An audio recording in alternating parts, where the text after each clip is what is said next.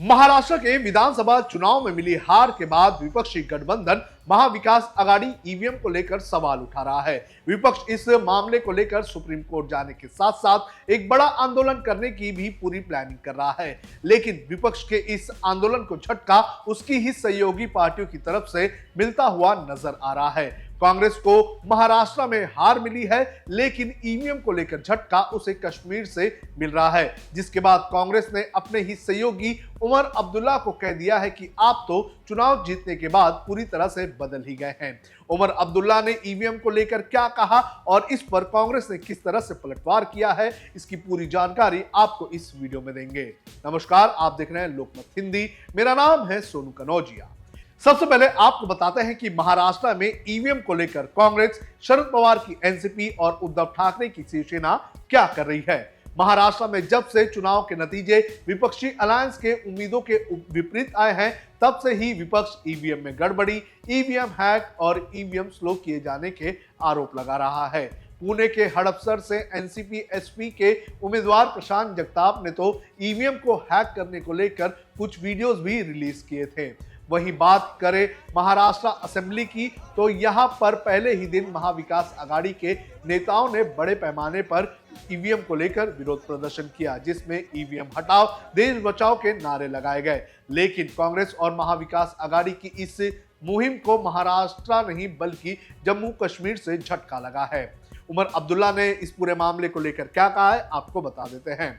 महाराष्ट्र के विधानसभा चुनाव के पहले केंद्र शासित प्रदेश जम्मू कश्मीर में विधानसभा के चुनाव हुए थे और इस चुनाव में इंडिया अलायंस को बहुमत मिला था और नेशनल कॉन्फ्रेंस के नेता उमर अब्दुल्ला केंद्र शासित प्रदेश के मुख्यमंत्री बन गए। लेकिन हाल ही में जब उनसे ईवीएम से जुड़ा हुआ सवाल पूछा तो उन्होंने अपनी अलायंस पार्टनर के विपरीत बयान दे दिया। उमर अब्दुल्ला ने एक इंटरव्यू में कहा कि जब आप को 100 से अधिक सांसद एक ही ईवीएम का इस्तेमाल करते हुए मिले और आप इसे अपनी पार्टी के जीत के रूप में मनाते हैं, तो आप कुछ महीने बाद पलट कर ये नहीं कह सकते कि हमें ईवीएम पसंद नहीं है। उन्होंने आगे कहा कि अगर पार्टियों को मतदान तंत्र पर भरोसा नहीं है तो उन्हें चुनाव नहीं लड़ना चाहिए।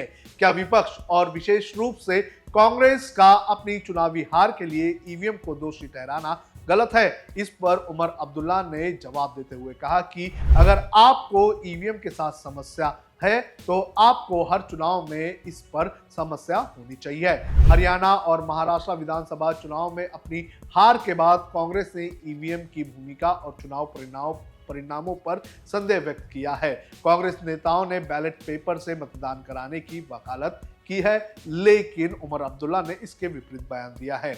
वहीं दूसरी तरफ टीएमसी नेता अभिषेक बैनर्जी ने भी इस मुद्दे को लेकर कांग्रेस को घेरने का काम किया है।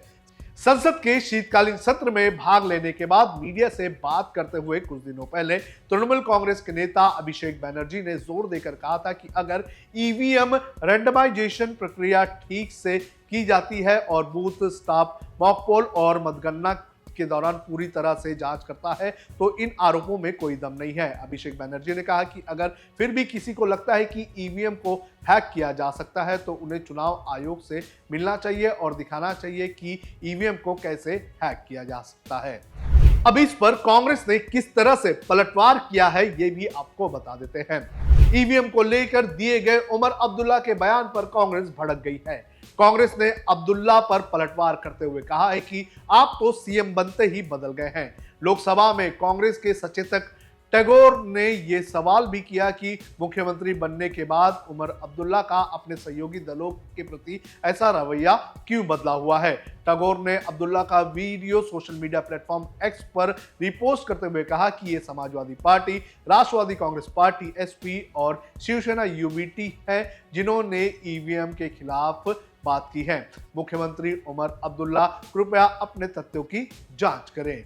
टैगोर ने ईवीएम के मुद्दे पर कांग्रेस कार्य समिति यानी कि सीडब्ल्यूसी के प्रस्ताव को भी सोशल मीडिया पर शेयर किया है और कहा है कि इसमें निर्वाचन आयोग को इस मामले पर स्पष्ट रूप से संबोधित किया गया है।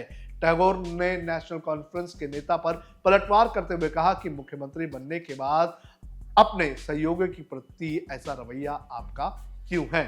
एक तरफ जहां पर कांग्रेस जो है वो ईवीएम को लेकर एक बड़ा आंदोलन छेड़ने की कोशिश में लगी हुई है, उनके साथ शरद पवार, उद्धव ठाकरे नजर आ रहे हैं, तो वहीं दूसरी तरफ उमर अब्दुल्ला और ममता बनर्जी की पार्टी जो है वो इसके विपरीत जाते हुए नजर आ रहे हैं। आपको बता दें कि इसी ईवीएम से जम्मू कश्मीर और वेस्ट बंगाल के चुनाव हुए थे और इन दोनों राज्यों की अगर बात करें तो इंडिया ब्लॉक और जो वेस्ट बंगाल है उसमें ममता बनर्जी की पार्टी की सरकार बनी है, उनकी जीत हुई है। तो ऐसे में ये दोनों पार्टियां जो हैं वो ईवीएम के खिलाफ जाते हुए नजर नहीं आ रहे हैं, जिससे जो कांग्रेस का जो आंदोलन वो खड़ा करना चाहती है वो कमजोर हो सकता है। दूसरी तरफ अगर बात करें तो सुप्रीम कोर्ट ने भी ईवीएम को लेकर जो सवाल उठ रहे थे उसको लेकर अपना रुख स्पष्ट किया है और कहा है कि ईवीएम में किसी भी प्रकार की कोई भी गड़बड़ी नहीं है।